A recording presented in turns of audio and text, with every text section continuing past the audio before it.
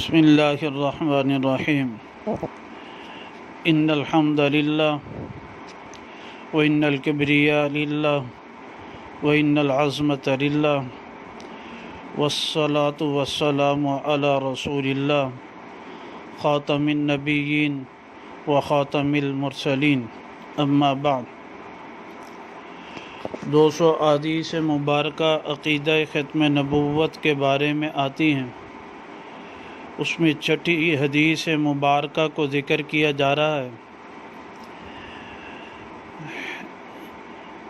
بخاری شریف کی جلد ثانی میں باب فضائل اصحاب النبی صلی اللہ علیہ وسلم میں ایک روایت مبارکہ آتی ہے۔ یہ روایت مبارکہ مسلم شریف کی جلد ثانی اور کتاب الفضائل میں بھی آتی ہیں۔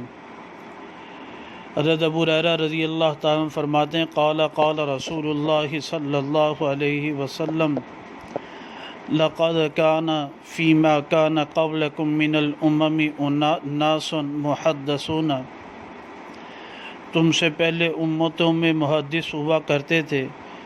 فإن يكن في امتی احد فإنه عمر، پس اگر میری امت میں کوئی محدث ہوتا پس وہ عمر ہوتا۔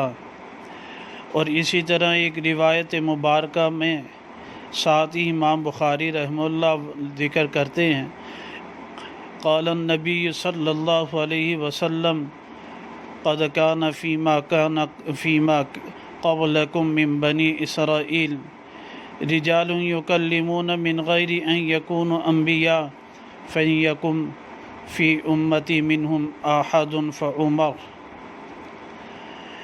فرمایا تم سے پہلے بنی اسرائیل میں افراد ایسے آتے تھے کہ جو مکلم ہوتے تھے، کلام کرنے والے ہوتے تھے، وہ انبیاء نہیں ہوتے تھے۔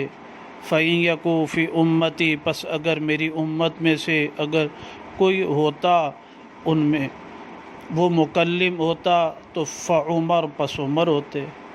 ابن عباس رضی اللہ تعالیٰ فرماتے ہیں کہ من نبی ولا محدثین کا معنی جی کہ پیغمبروں میں سے نہیں ہوگا جی۔ اور یہ حدیث مبارکہ جس میں محدث اور مکلم کا لفظ آتا ہے، اس کا کیا معنی ہے؟ اس کے بارے میں کہتے ہیں ایک معنی تو یہ ہے کہ ملہم کے معنی میں آتا ہے، یعنی وہ شخصیت جس کو اللہ سبحانہ و تعالیٰ کی طرف سے الہام ہو جائے جی۔ اور محدثون کا معنی بھی ملہمون کے معنی میں ملہمون، جن کو الہام کیا جاتا ہے، یعنی جن کو اللہ سبحانہ و تعالیٰ کی طرف سے حق بات سمجھا دی جاتی ہے۔ اور جو محدث ہوگا اور اس مکلم ہوگا وہ نبی نہیں ہوتا۔ یہ امت کا اجماعی عقیدہ ہے۔ اللہ سبحانہ وتعالی صحیح سمجھ اور عمل کی توفیق نصیب فرما دے۔ وآخر دعوانا الحمدللہ رب العالمین۔ بسم اللہ الرحمن الرحیم۔